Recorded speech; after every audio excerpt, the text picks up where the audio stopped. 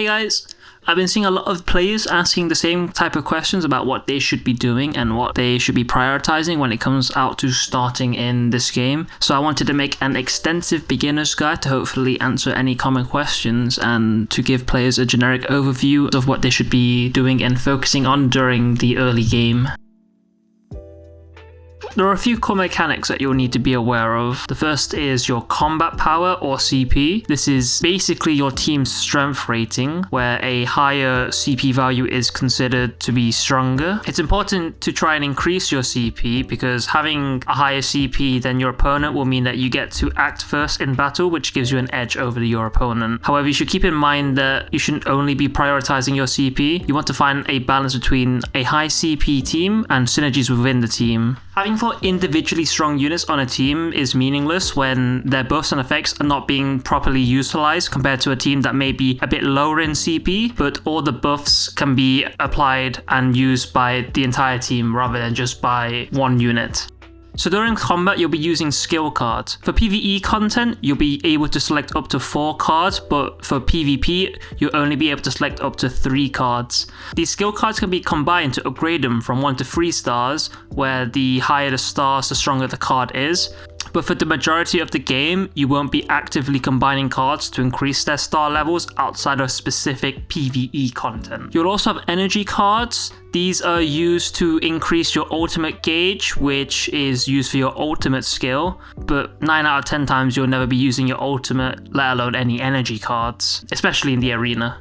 Like with most PvP-centered gachas, each unit has their specific attributes, so we have strength, speed, skill, psych, and wit. Attacking a restricted enemy will boost the damage dealt by 20%, whilst receiving damage from a restricted enemy will reduce that damage by 20%. Attacking restricted enemies also increases their weak status, which will then stun the enemy for 1 turn once their weak bar has been filled. This is more important for PvE content than PvP content to an extent.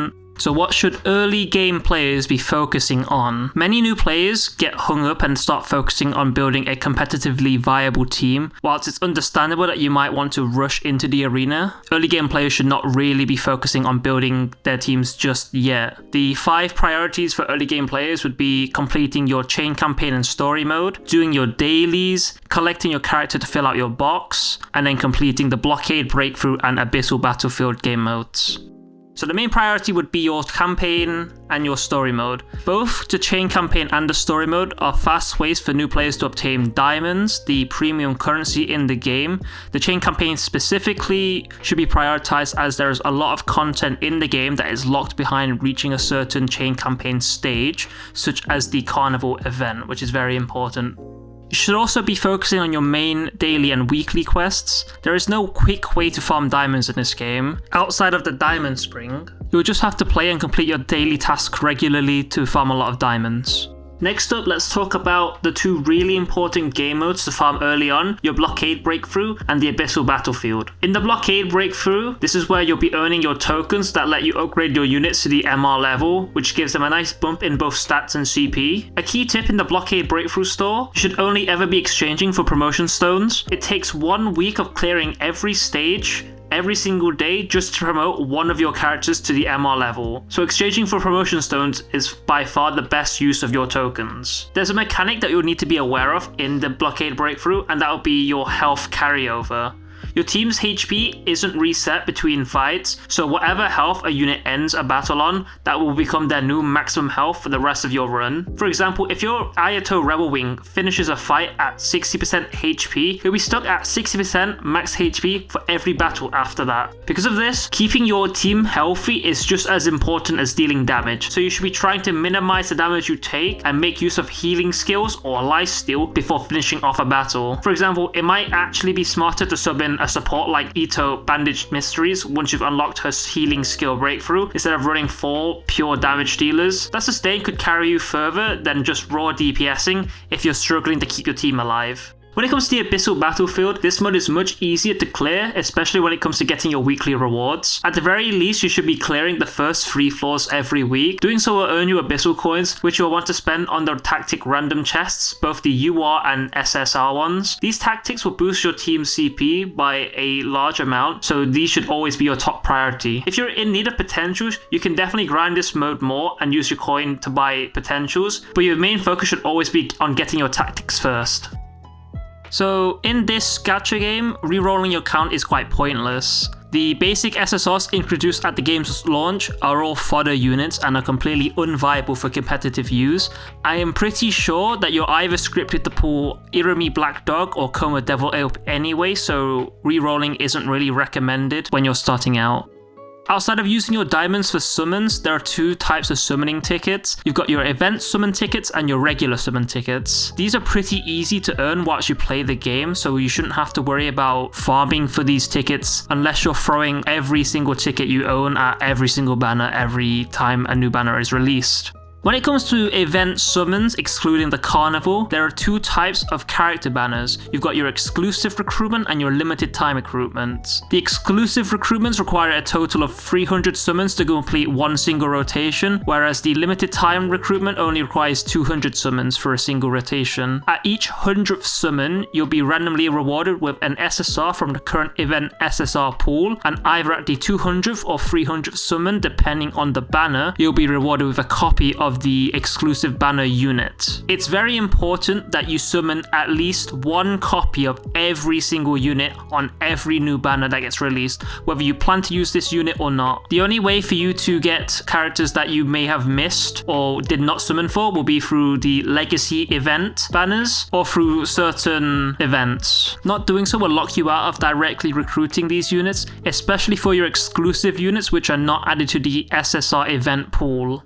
When you first start the game, you'll have access to 4 banners. You've got Ken Kaneki Awaken, Suzuya CCG Maverick, Uta Massmaker, and Ayato Rebel Wing in that exact order. You only need to summon on Kaneki's and Ayato's banners. Suzuya and Uta can both be picked up later through training fragments, so there's no need to waste your summon tickets or diamonds on them. It's better to save your resources for bigger and more valuable banners. Now let's move on to the Carnival. This is a 4-week-long event where a Sai or Wit character is featured. They cost double the price, so 600 gems, and use their own special Carnival tickets instead of your event tickets or your regular summon tickets. You will have 2 scripted Carnival banners that you will eventually encounter. You've got Arima CCG's Reaper and Ken Kaneki Centipede. Carnival units are some of the rarest in the game. They will never get a rerun banner, so if you skip them, the only way to obtain them later is either by pulling a Carnival selection chest from the end of rotation chest, which is a 30% chance, or by exchanging 3 UR crystals for just 1 unit, which is extremely expensive. The only one I would recommend going further than 1 single rotation would be Arima CCG's Reaper. Ken Kaneki Centipede has fallen off quite a lot from the meta and will probably never be back in the meta due to how limited his kit is. For competitive viability, your units must be at least 6 star, which is known as D-Max. For each star level a unit obtains, their individual CP value increases, which in turn increases your team's CP value, which caps out at the 6th star. But for PvE content, having 3 stars per unit is completely fine, as you would have already locked all of their passive effects by the 3rd star. So as I mentioned earlier, starring up your units will boost your overall account CP. Because of this, it is very important that you are D-maxing all of your basic SSRs, SRs and Rs in the game. Both your account CP and star ups are used for your stats enhancements. Upgrading your account CV and starring up your units will then feed into stats enhancements, which allow you to gain even more account CP. Each upgrade of your CP enhancements or your star rating enhancements boosts either the attack, defense or HP of your account, giving a universal buff across all game modes. For star rating enhancements, it's probably a good idea to keep these all balanced, so upgrading your attack, then your defense, then your HP, so they're all at the same level rather than investing only into one stat. The attribute enhancements is the most important and most time-consuming enhancement in the game. To level it up, you'll need the training data for strength, speed and skill, which can be earned passively through the attribute arenas or by actively grinding their respective endless trials. The ultimate skill that you choose should depend on what archetype your team is built around. For Kagane attack, it's best used with Anteku teams, the co-op is best used for CCG teams, Might of Awaken is best for Aogiri tree teams, and Twin Smite is best for teams with no org. Over time, you should aim to unlock and level up the skill trees of all 4 ultimate skills, but you shouldn't stress about raising the ultimate skill rating. The cost in Souls of Secret Arts is far too high to be worthwhile for early game players to invest in. Ideally for your character box, you want to unlock every unit, max out all of their skill breakthroughs to the SSS status, and push them all to max level, but realistically it's not feasible for most players. As a new player, your priority should be getting all of your units to D-max, bringing all of your own units to at least level 65, prioritizing your SSRs, raising each character's limit to level 2 for a small CP boost, unlocking and upgrading your attack, defense, and HP bonds to at least level 14, and unlocking your potentials up to the 6th slot. These upgrades maximize your character's CP efficiently without over-investing into weaker units that you won't be using for long. Characters I would recommend taking to the SSS status early game would be Noru Quick Revival, Nico Ladyboy in Love, Amon Twin Blades of Justice, Yomo Taciturn Warrior, Arima Lightning God, Ayato Rebel Wing, and Tsukiyama Gourmet. Noru is an incredible AoE damage dealer that is perfect for early game chain campaign, and his SSR crystals are easily farmed in the arena exchange. Nico is primarily used in world boss and high score challenges like the Organization Weekly Challenge, and the remaining 5 are essential to reach SSS rank, specifically to unlock Scene Collection buffs.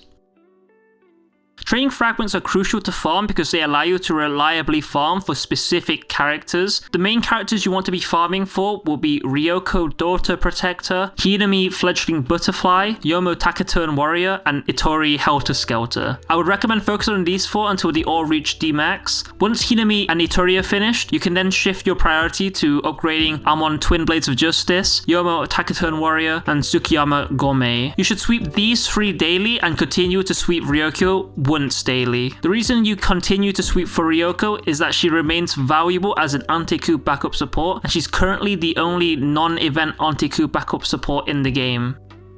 When it comes to Crystal Exchange, you may be tempted to start grabbing any missing characters that you might have. I would recommend against that. Early on, it's more efficient for you to use your SSR crystals for star ups, since this boosts both your account CP and your star up enhancements. I would recommend starring up the units that you have to the D-max level and considering using the exchange once those characters are at the D8 max level. You would get more value by using those crystals on starring up your existing characters, since that will then boost your overall account CP and your other stat bonuses. That being said, you should always be exchanging for special character fragment chests daily. This is a free way to farm Ryoko, Hinami, Yomo, and Itori shards without spending diamonds, and also buying your gold batteries every day in both the crystal and friendship point exchanges. In the arena exchange, you have access to 4 Aogiri units. I would recommend prioritizing Noru Quick Revival first, then Nico Ladyboy in Love, then Naki Crybaby, and then Yamori Jason last. I recommend Noru first because this is the only place where you can find Noru Quick Revival. Nico second because he is very strong for PvE and high score point challenges. Naki can serve as a very last resort Aogiri backup support once he has reached the SSS status, and Yamori last because he does nothing. The only person in the Organization Exchange that you should be buying is Iwao Arita Proto. That's just because you don't have as much currency to spend every week compared to your arena exchange. Alright, let's break down your force talents. Your force talents are your archetype specific universal buffs that make your whole team stronger, and you unlock them using talent certificates. Now, the fastest way to farm certificates is through the Carnival Stronghold event. How many you get depends on your organization's ranking on the leaderboard, so the stronger your organization is, the higher your place and the better rewards you'll obtain. For most people who aren't in the top organization, there are other ways to obtain your talent certificates. You should do your World Boss, which gives you 1,000 certificates per day if you do at least 3.3 million damage. The day 3 on the character activity will give out 9,500 certificates for completing including 40 arena battles, and yes, this includes both the RTA and strategic arenas, the event gadget which gives around 3,000 to 4,000 certificates in total, and of course you can buy them from the RTA exchange, though I only recommend doing so if you're just shy of affording a talent. It's better for you to save your RTA currency for better consumables whenever you can. So what's the best way to invest your force talents? You should start by completing the middle path for all 4 archetypes up to the attack boost 4. Then you should be focusing on your damage reduction talents for your main archetype, whether that is CCG, Aogiri Tree, Anteku or No Org. After that, you'll move on to your top path, where you should prioritize your crit damage first, then your pen rate, and then your crit rate. The rest can be filled as and when you'd like. The bottom path is tricky to invest in. You should only be investing in the bottom path if you know for sure you'll be keeping that unit in your team long term. Otherwise, it's basically a 50,000 certificate sink. Your scene collections work a lot like your force talents, since they also give archetype specific buffs, but instead of talent certificates, you'll be using scene cores. You can farm these from your Carnival encounters, organization endless trials, and primarily your force EX challenges. The main difference is that each scene collection has a prerequisite that you'll need to complete before you can activate the buff. You can upgrade a scene buff up to the SR plus rank using just your regular scene cores, but after that you'll be needing rare scene cores, which come from your force EX challenges. Each week you'll get a bonus of 20 rare organization scene cores and 30 regular scene cores per EX challenge sweep. You can continue to sweep these challenges to farm even more, but at a reduced rate. But unlike force challenges, your scene collections can also give you all character buffs. These are found under your all character scenes and will apply a buff to your whole roster, not just one archetype. But the problem is pushing them past SR plus rank is quite difficult for free to play players. The reason is rare all character cores only have a 10% drop chance per sweep. This would mean that you would need to sweep an EX challenge 10 times, hit that 10% on all of them, just to upgrade your scene from SR plus to SSR. Not every scene collection buff is equally valuable as well, so it's important to pick which one you should be investing in. The general priority should be your HP buffs first, then your attack buffs, and then finally your defense buffs. The reason that you prioritize your HP buffs first is because this will give you the most account CP, and this will help you progress your other attribute buffs later on. You should also check which scene buff you're investing in, because they're not all equal as well. For example, you should be investing in your HP scene that gives you 2,500 HP per level, rather than the one that gives you only 500 HP per level.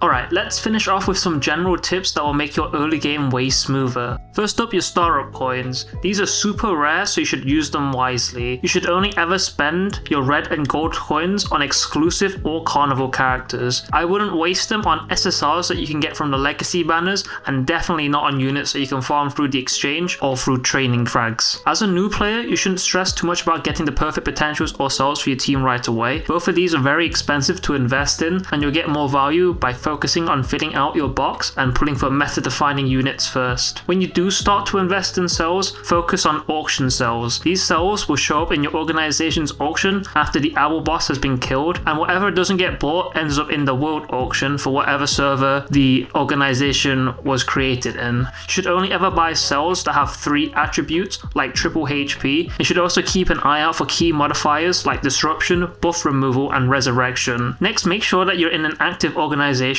This is to ensure that you have enough players to kill the organization boss, but also to earn your organization exchange currency through the weekly challenge. The same goes for your friends list. You should only fill this with active players. If someone's not logging in, don't hesitate to replace them with someone who is. That way you'll always maximize your friendship points gain. Now, a few quick tips for your spenders. Consider buying both the monthly login contract and the premium monthly contract. Buying both the monthly and premium monthly login contracts will give your daily gem income a big boost. The growth runs are hands down the best value for gems in the shop, so grab those if you can. And finally, hitting at least VIP 1 is very worth it, because that doubles your income from the diamond spring. If you found this helpful, please consider dropping a like and subscribing. Hope you guys have fun in the game. Make sure you join the global Discord. I'll drop the link in the description. Good luck in the game, and may your summons bless you with the units that you're after.